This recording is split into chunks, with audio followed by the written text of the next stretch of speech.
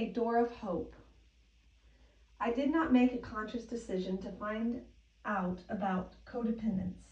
My own awareness of this dysfunctional way of life was thrust upon me by painful circumstances.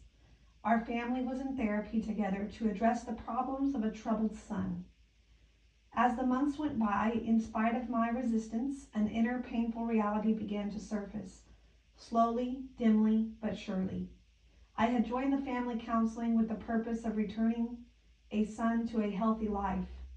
Now I could not honestly reject the new light that was dawning in me, pointing to my own need for restoration. This awakening process took me through family therapy, codependency treatment, and finally the 12-step program of Codependence Anonymous. I had never known how to ask for help or that I was in need of it. The fact that I was able to reach out and take the hands of so many is nothing less than a miracle to me. This story is about how I am discovering what is happening to me in my nice, comfortable, respectable family of origin. How subtle the messages were and how well I learned and adapted to what was expected of me. The forces that drove my life were in place at an early age. I began to see that still functioning within me decades later were emotional programs I had adopted as a child. As an adolescent and as a young woman, in an effort to make a secure place for myself in the world, this included decisions to be nice at all costs, to keep the surroundings peaceful, and basically to make my world a happy place to live in. Without knowing it, I had set myself up to live dishonestly. With the emotional agenda I had, my attempt to live out these goals succeeded, only at a great cost to me spiritually, emotionally, and physically, and deeply affected the lives of my children. I learned to bury my painful feelings, to keep the nice image, to suppress the spontaneous life within me, and to say yes when I meant no, in request from family and community. In this way, I set up dishonesty in my relationships with myself and in my relationships with others. Even more damaging was the failure to know what was going on within me.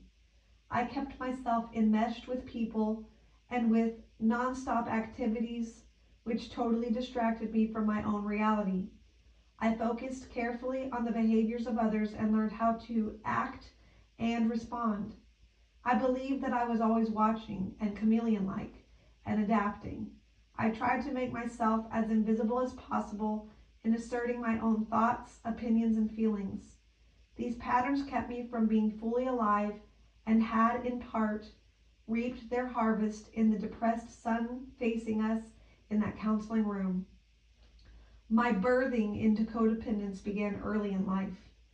My father was a beloved physician who took care of the needs of others 12 to 18 hours a day, including weekends. Though dedicated, he was fulfilling his own codependence and work-addicted needs. As a child with such a parent, I felt a large measure of pride, but I am learning that essentially I was abandoned in this primary relationship. I was eager to take care of my father when he returned in the evening, and my sister and I hovered over him. Added to this was an older brother who expected his little sisters to wait on him hand and foot. We vied for his attention, and I discovered that the only time he noticed me was when I was doing something for him.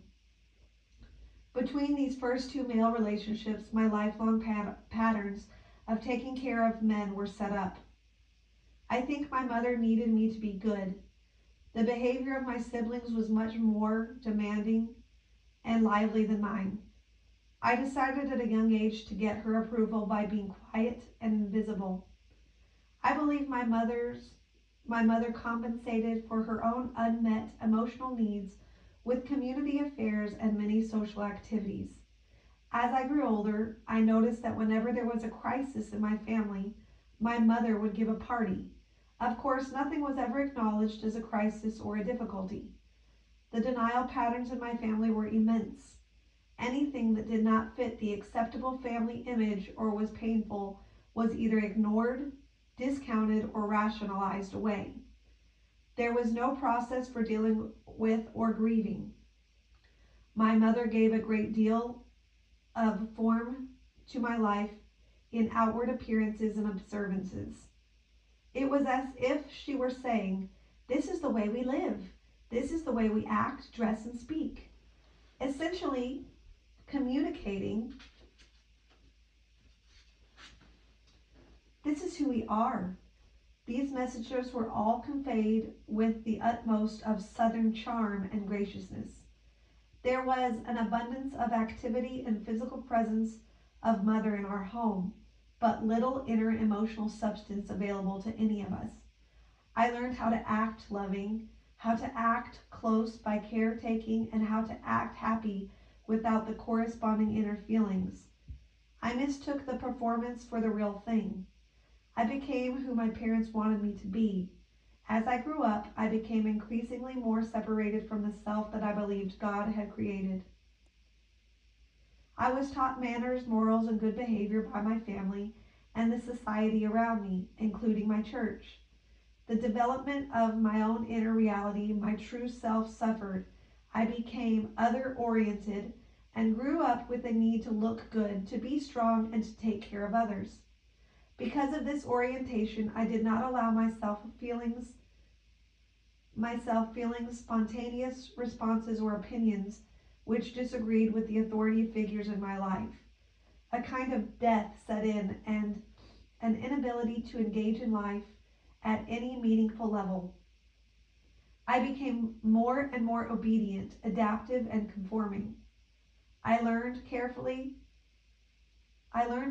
watch the behavior of others, preparing myself to respond in a way that would be pleasing and acceptable. I was so nice and accommodating to others. Not only did I not know who I was, neither did anyone else. Because of this good behavior, I believed I was loved, accepted, and valued by my family, society, and God. At a deep inner level, the split between who I was and who I thought I was included the way in which I needed others to perceive me. This false self became the identity I took into my adult life. All the pieces were in place for full-blown codependence. Not surprisingly, I married a man much like my father, a hard-working medical student who was an answer to all my hopes for a husband and a family. I adapted well to his life and needs. If I stopped short of making him my God, at least I made him the sun around which my world revolved. The enmeshment that developed felt like a wonderful intimacy, and my codependence found a comfortable home in which to flourish. The years that followed were a whirlwind of activity. His centered on receiving extensive training and establishing a surgical practice. Mine was divided between the care of 4 children and creating a design business. My own need to look and feel worthwhile was fed by both. I kept a beautiful home. My husband was highly respected in his profession. We embodied all the external trappings of success. I experienced my life as being rewarding and stimulating. Those about me affirmed me in this perception.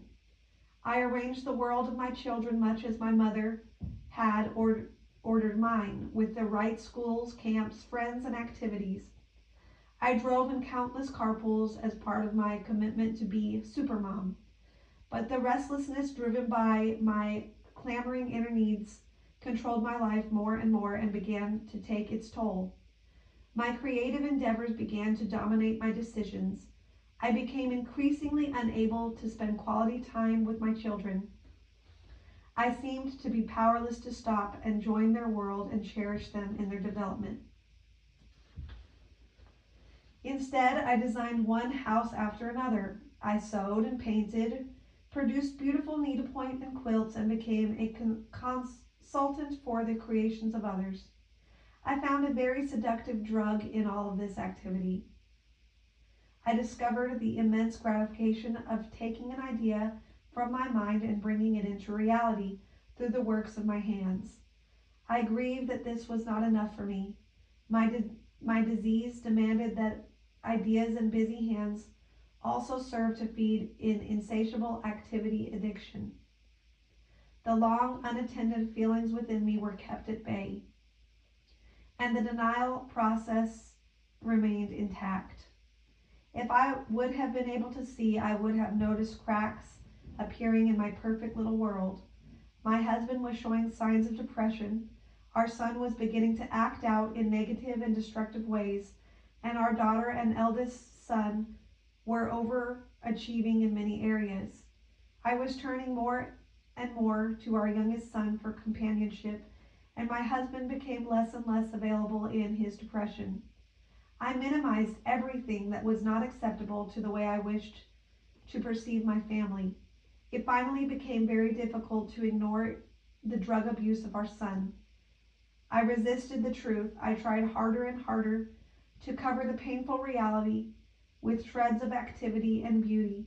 I painted rooms the color of sunlight to dispel the increasing gloom and decked myself in self-made finery to create an outer appearance that would belie the insecure, frightened person inside me.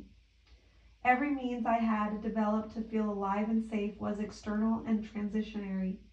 When I became less and less able to make my old familiar line of defense protect me, I turned to one I had learned well in my childhood, namely to be strong and invulnerable. In my need, I embraced the God of my understanding with renewed commitment. I became a strong Christian. I shared my developing fear and pain with no one.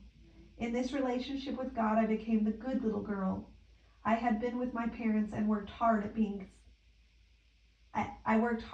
saintly. This took me farther away from myself and contributed to my denial process. I then switched my activity addiction from my home to the church. I was available for all requests for service, said yes when I should have responded no, and expended great energy trying to change others. My full-blown codependency became runaway codependency. I believe my body began to take the brunt of the unaddressed codependence with its lifelong symptoms of denial, repression, and isolation. I had developed chronic low back pain, which inhibited many of my activities. By the time I was 46 years old, I had a malignancy. The surgery was successful, but did not, of course, touch the underlying emotional and spiritual dysfunction. During the inactivity of my recuperation, I had a recurring thought which seemed to be telling me that if I did not find a new way to deal with life, this would probably happen to me again. It was a very sobering time for me. I had joined my husband in addressing the gathering problems of the family by focusing on our troubled son. He served as a scapegoat, although, of course, we did not see that then. In my illness, I began to wonder what I needed to do to change myself. I had no idea how to respond to life differently. God was faithful. I can only surmise that He had been waiting for me to be willing to be open to a new way and to risk peeking out of my tightly controlled world. This was not easy for me, but I was finally ready to explore new terrain. God used my husband to pave the way. Through his own distress, he became willing to address his work addiction and debilitating depression. In seeking help for our son, he responded to suggestions that he enter treatment and afterward a 12-step program. In a relatively short time, I saw the depression of a decade lift and a new energy and creativeness come into his life. I observed this strong, reserved, independent person begin to share his feelings and to lean on a support group of men. As he modeled this remarkable change, I received the courage to step into these strange waters myself. I wish I could say that I embraced the recovery process as quickly as he had, but I dawdled along the way, putting a toe in now and then. Again, a crisis pushed me into another decision. The tragic life of our son ended suddenly, and the years of drug abuse took their victim.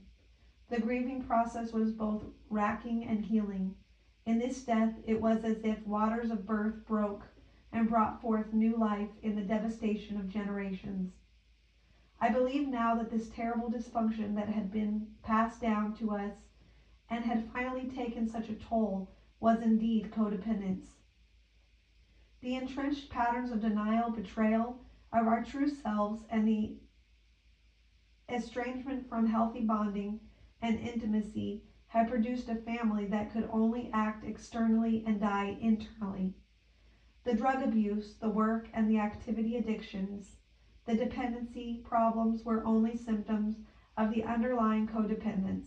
I did not see this all at once. The process of this understanding has been painful and yet the most rewarding pilgrimage of my life. Many gifts began to come out of my son's death.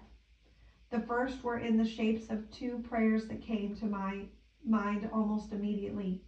One was that I would be able to feel the pain. The other was radical, was that I would not try to do it alone. With these requests, I began to break the isolating patterns of the past and to question the way in which I had been taught to be strong. As I journeyed down into the pain, I began to experience renewed energy and a new sense of myself. The deadness that I had felt for so long began to lift. In its place came a new connection with life. I could hardly believe that the very thing I had built such impenetrable defenses against, namely the acknowledgement of any sadness or hurt, was now the carrier of deep healing. Losses of a lifetime so carefully buried began to emerge one at a time. The loss of my son had opened the dam through which the stored up pain of decades began to pour. In this grieving process I was being given back my life. Another gift was given on the heels of this initial healing. It came wrapped in the package labeled Codependence Anonymous. I will be forever grateful to my higher power for providing this program when I was feeling like a toddler trying to learn how to walk. The Coda Fellowship was providing me with a new structure and a process upon which to build a new life. It has given me a family in which to grow, one that supports me in risking new behavior, brushes me off when I fall, and cheers me on. In these safe surroundings, I can risk being spontaneous, speaking my own opinions, and experiencing my own feelings. When I get too visible in all this new behavior and the old shame surfaces, I can share this too, instead of withdrawing into my old busyness to quiet my discomfort. More and more, I am accepting my powerlessness over the need to look good and to perform well. This awareness is helping me to resist that old false self and the deadness that it brings. The more I find that child within who had to go into hiding so long ago, the less I have to live my life from a place outside myself. Increasingly, I can give up my false gods, my husband, my addictive need to project a certain image of myself with all the control that entails, my compulsive busyness that borders on debilitating work addiction, and my dependency needs on others, which takes the form of being a savior. Instead, I can let God be God and learn what being truly human is all about. This ongoing learning process is yet another gift that Coda offers to me. I find I can take the fruits of being a part of the fellowship and enhance every facet of my life. I no longer have to project a strong image to the world or in my church. Instead, I have discovered the most paradoxical truth. Part of my own brokenness has been the lifelong need to believe that I am all together. My move toward wholeness is the realization that I am a broken person. Only as I live out this place can I draw on the grace of God and experience the strength that comes from Him. To learn about my own powerlessness and false strength has been an invaluable gift of the Coda Fellowship. I can truly receive the love of God in a new and different way. I no longer believe that I am loved because I am obedient, adaptive, a good little girl. Through Coda, God is helping me to address the very heart of the codependence that almost took my life. I had always believed that the choice was about goodness or badness. Now I know it is about life or death. I am grateful that in recovery I am increasingly able to choose life. This is a story by Jenny B.